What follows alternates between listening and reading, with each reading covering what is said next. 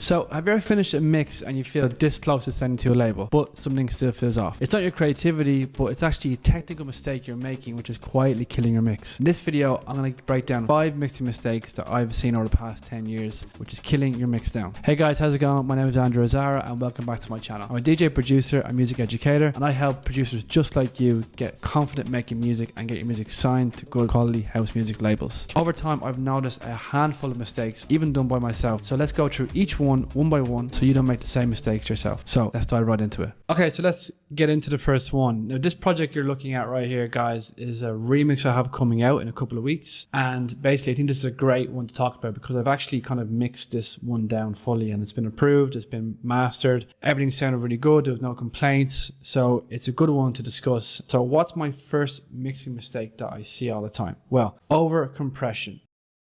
Because what compression can do if done too much or in the wrong way, it can actually kill your groove and kill your dynamics. And if you don't understand a compressor really well, that can be not a positive thing. So when in doubt, sometimes I would leave it out. When would I use compression? Okay, so let's talk about kick and bass, because kick and bass is a really important part of house music.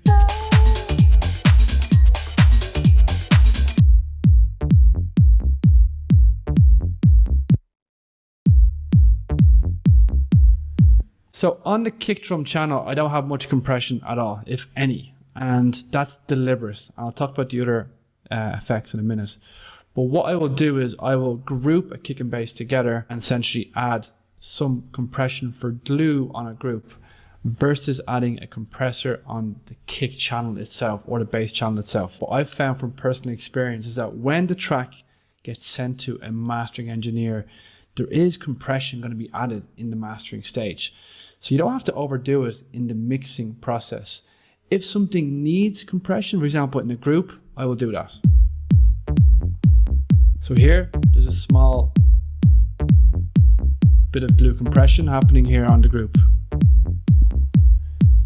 Just tying the kick and bass in nicely together.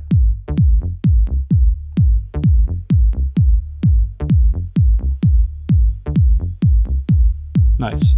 I would love to add saturation to, say, a bass line.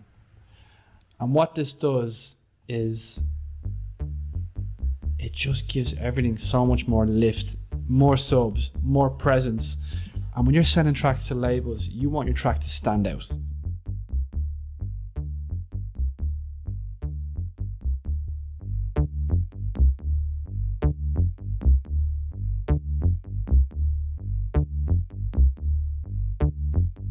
And that makes it stand out on like maybe a bad speaker. Maybe you're listening to this on a laptop speakers, you can hear the bass cut through nicely. So, okay, so my next mixing mistake, which I see all the time, which really not understanding volumes and levels.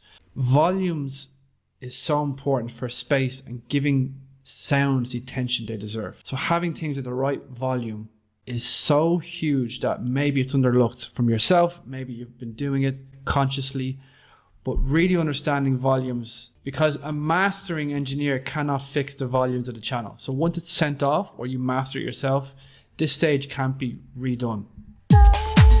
So having everything at nice volumes, so kick is the loudest, bass just below.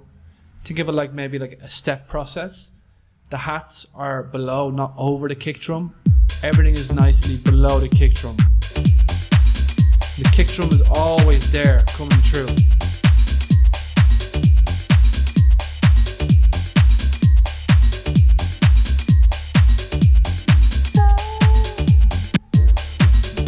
So no matter what happens, the kick drum will always be shining through nicely.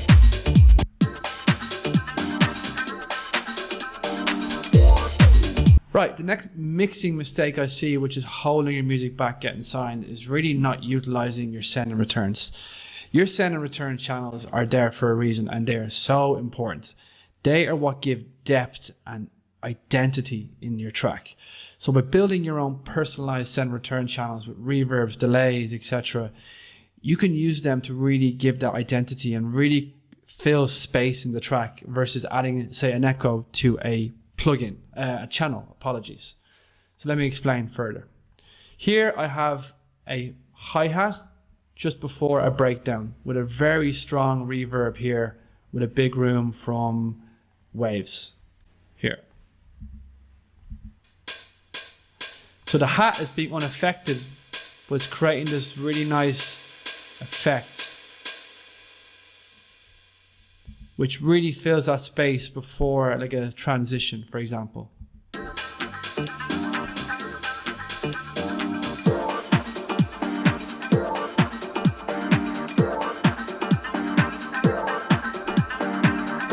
Same here on this stab. So this reverb is really expanding. And I would have send returns dotted around various parts of the track, which really helps towards your overall vibe of the track, which can play. This is a kind of a mixing process. It's creative as well, so you could probably argue it's a creative process too. But understanding and using your send returns is so huge. And when I see a project of a producer I'm helping, and I see no send returns being really used with automation, different sections expanding, coming down, randomized parts, I really feel like the track is lacking. And this could be that one thing which can just enhance things super well. So don't ignore this process. Okay, another mixing mistake I see often is not really understanding and utilizing groups and buses if you're using Logic. Now, what's the reason for a group? When you process a group, it does something very interesting, and I'll show you a real life example here. So having, say, your drums in one group, if you add a processing tool onto this,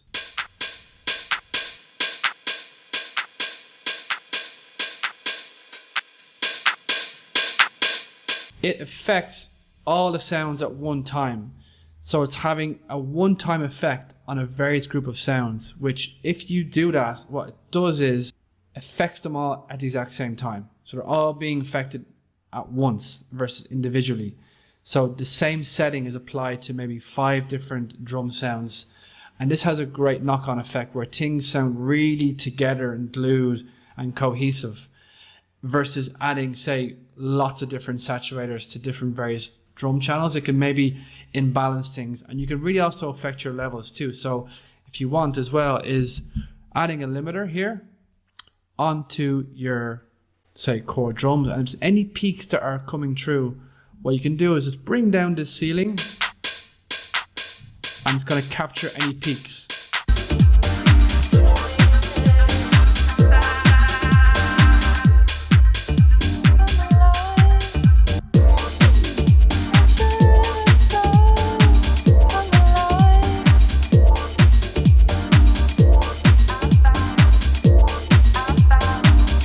So using a limiter for peaks on the group is a great way to catch the peaks, and a peak is something that's too loud and it's kind of coming out in your mix. And you can, I essentially turn this volume down in the individual channel, but by adding this limiter and catching the peaks all in one, it has this gluing effect and has such a difference in your record. So utilizing groups is a huge mixing mistake I see being done. Next thing is pretty big, is not putting your low end in mono. As a rule of thumb, most speakers are in mono in club settings and festivals. So you want to have all your important elements in mono, and things in mono actually have a great effect in terms of they would have more of a drive and a force in mono versus stereo, which is around left and right speakers. So putting those core elements in mono is really important. And those core elements can vary, but the two that stand out the most are kick and bass. So ideally you want to add a utility plugin onto your kick and bass or on the group itself, and simply just putting all your sub frequencies, we'll say 180 Hertz, in mono. So I'm comfortable and confident that all this frequencies here under 180 Hertz is in mono.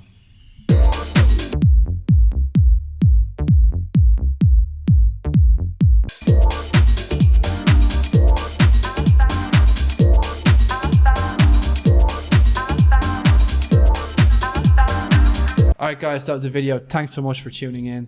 Just to let you know, I have released a brand new sample pack this month called Andrew Zara Underground Essentials, where it's a bunch of sounds straight from my studio. So if you're interested in grabbing that sample pack, just hit the link in the description and you can pick it up and get a copy for yourself. In the meantime guys, a like and subscribe would really help this channel grow. If you have any comments, please let me know below. And in the meantime, I'll see you in the next one. Cheers.